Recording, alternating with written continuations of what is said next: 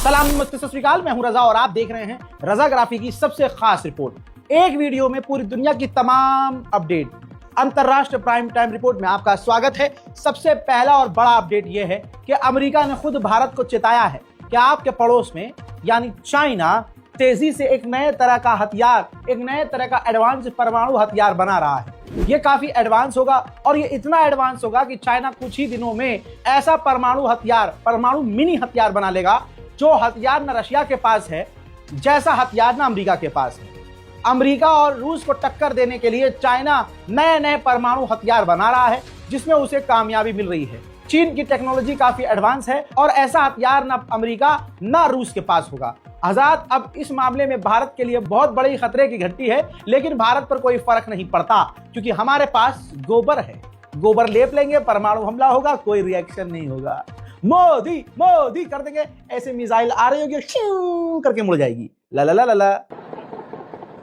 अमेरिकी इंटेलिजेंस ने यह भी खुलासा किया है कि चाइना ने टॉप सीक्रेट एक न्यूक्लियर टेस्ट भी किया है, एक बड़े न्यूक्लियर हथियार का टेस्ट भी किया है। सीक्रेट खुल चुका है, राज सामने आ चुका है, लेकिन भाई साहब भारतीयों को डरने की जरूरत नहीं है जब तक गंडगोटिया यूनिवर्सिटी जिंदा है। और जैसे गंडगोटिया यूनिवर्सिटी जैसी दूसरी यूनिवर्सिटी जिंदा है, हम चाइना की मिसाइल और चाइना के परमाणु पर भी अपना लेबल लगाकर बता देंगे ये भारत का है। चाइना कितना एडवांस हो चुका है, भले ही हमने चाइना के कुत्ते को अपना बता दिया, मतलब उस चाइना के पास इतना एडवांस कुत्ता है कि रियाद सऊदी अरब में हथियारों का शोकेस हो रहा था तो चाइना ने वहां एक ऐसा रोबोट कुत्ता दिखाया है जिसके ऊपर भैया मिसाइलें फिट थी।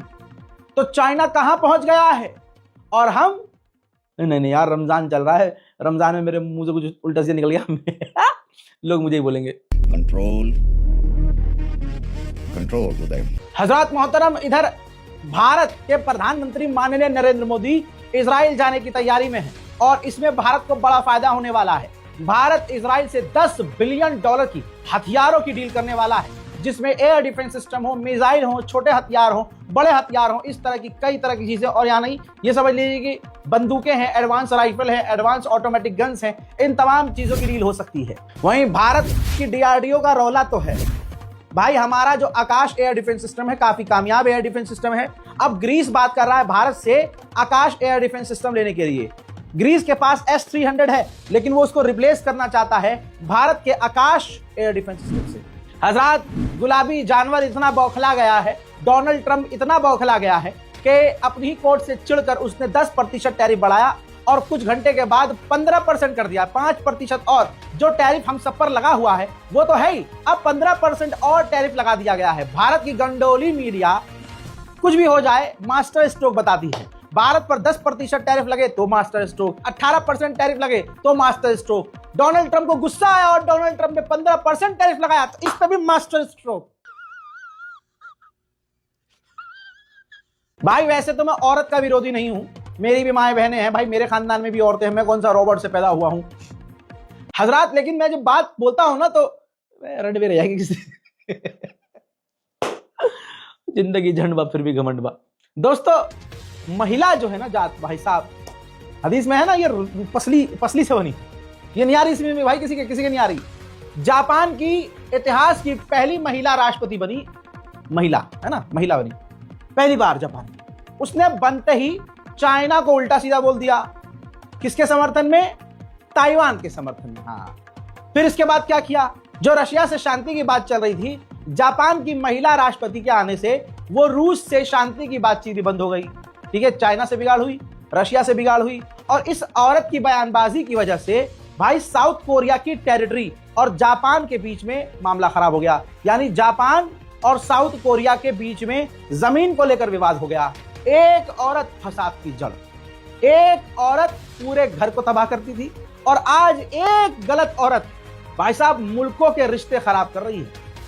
समझ रहे हो आप? जरूरी नहीं है इसमें औरत ही गलत हो। वो हमारे जो 10 रुपए वाले बिस्कुट वाले भाई साहब हैं, शदाब जगाती भाई, वो और कमाल का आदमी है। मैं सोचता हूं उस आदमी के फैन कैसे हैं भाई। ना एक्टिंग आती है, मुंह बना के लंगड़ा होकर चल देना, ये भाई साहब ये एक्टिंग है।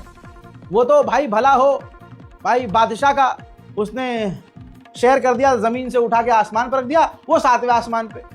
वो दूसरे की बीवी के साथ अभी भी लगा पड़ा है, बीवी वीडियो बना रहा था, मैं तो पैसे देता हूँ, मेरे पास तो बहुत सारी औरतें आती हैं जी, मैं तो सबको पैसे देता हूँ, मैं नहीं पा तो हजारों लड़कियां आती हैं, मैं तो नौकरी करवाता हूँ। अरे और वो इरम महिला बेचारी, वो बेचारी नहीं, औरत बेचारी नहीं होती भाई साहब, उसको 4 पैसे हाथ में आ गए तो वो कंट्रोल से बाहर कि मैं तो पैसे कमाती हूँ। ये मुल्ला अपने पति को मुल्ला मुल्ला कह के, पति की गलती पता है क्या, पति थोड़ा चू निकला, पति है गुलाम, ओ गुलाम, ये गुलाम जिसका मैंने पॉडकास्ट किया था, गुलाम है एक नंबर का भाई। सामने से पति से कह रही है मुझे तू पसंद नहीं है। अब जब शादाब जकाती उसकी हर चीज पूरी कर रहा है, समझ रहे हो ना, जब हर चीज पूरी कर रहा है, मकान दे रहा है रहने के लिए, घर से घर के गेट पे कार भेज रहा है, वो घर के दरवाजे से पैर निकाल के कार में पैर रख के ऐसे घुस के कार में बैठती है, फिर गांव से निकलती है पूरा हांड बांड के, इधर घूम घाम के, फिर वापस कार उसको वहां छोड़ने, स्पेशल कार भाई शादाब जकाती दे रही है पूरी। और भाई मकान भी शादाब जकाती ने, फ्लैट भी, तो भाई शादाब जकाती बदले में कुछ तो ले लिया होगा। माते पे मुसलमानों के बेवकूफ लिखा है, लेकिन मुसलमान सच में बेवकूफ अभी भी। शादाब जकाती भाई हम तुम्हारे साथ हैं। अबे भाई जो इरम का पति है उसकी गलती यह है कि भाई उसने बीवी के प्यार में शुरू में बीवी को रोका नहीं, चल बीवी खुश है ना, और उसमें गलती यह है कि वो डीमाडोल है, कभी धरो जाता बीवी। आज भी अगर इरम कह दे कि बाबू मुझे माफ कर दो, मेरे से गलती हो गई, सब खत्म करो, भाई कहेगा ये आई लव यू टू, ये फौरन माफ कर देगा। मैं इस आदमी से मिला हूं, पॉडकास्ट किया हुआ, इसलिए बता रहा हूं। तो भैया यार बात कहां से कहां चलेगी, चलिए आगे बढ़ते हैं। पाकिस्तान की हो गई बल्ले बल्ले, सोमालिया बात कर रहा है पाकिस्तान से JF-17 24 JF-17 लेने की। पाकिस्तान की हो गई एक बार फिर से बल्ले बल्ले, पाकिस्तान ने ऐलान किया कि खैबर पख्तूनख्वा के इलाके में हमें तेल और गैस का भंडार मिला है। अब अजरबैजान भड़का हुआ है इजराइल पर। अजरबैजान ने कहा कि आर्मीनिया को इजराइल ने अपने हार्पून, ये देखिए हार्पून ड्रोन दिए हैं। अब दोस्तों ये तस्वीर आपके सामने है, काफी खतरनाक कैमिकाजे ड्रोन है। अब आपको बता दूं कि इजराइल पहले ही सफाई दे चुका है अजरबैजान को कि मेरे भाई ये हमने नहीं दिया है, ये हमारा ड्रोन नहीं है। लेकिन ये इजराइल का ड्रोन नहीं है, ये भी क्लियर कर दूं, ये आर्मीनिया डिफेंस इंडस्ट्री ने खुद बनाया है, जिसका नाम है ड्रैगन फ्लाई 3। एक इंटेलिजेंस ग्रुप है I5 नाम से, जिसके अंदर America, Britain, New Zealand, Canada, Australia है। इन 5 देशों की जो इंटेलिजेंस से मिलकर काम करती है। और यूरोपीय यूनियन अब प्रेशर बना रहा है अपने तमाम साथियों से कि हमें भी ऐसा कुछ मिलकर इंटेलिजेंस ग्रुप बनाना चाहिए जिस पर हमें अमेरिका से, यानी यही इरादा है कि अमेरिका पर से निर्भरता खत्म हो। यूएई ने किया है दावा कि हमारे इंफ्रास्ट्रक्चर पे बहुत बड़ा हमला हो रहा था, जो साइबर अटैक था, हमने उस अटैक को रोक दिया है। वहीं ब्राजील के राष्ट्रपति लूला आए थे भारत, प्रधानमंत्री माननीय नरेंद्र मोदी जी से मुलाकात करी उन्होंने, और भारत के साथ उन्होंने कई तरह की बड़ी डील कर ली है। लूला ने सबसे बड़ी बात ये कही कि मैं, यानी लूला पूरी तरह से, ब्राजील का जो राष्ट्रपति है वो कह रहा है कि ब्राजील पूरी तरह से सपोर्ट करता है भारत को,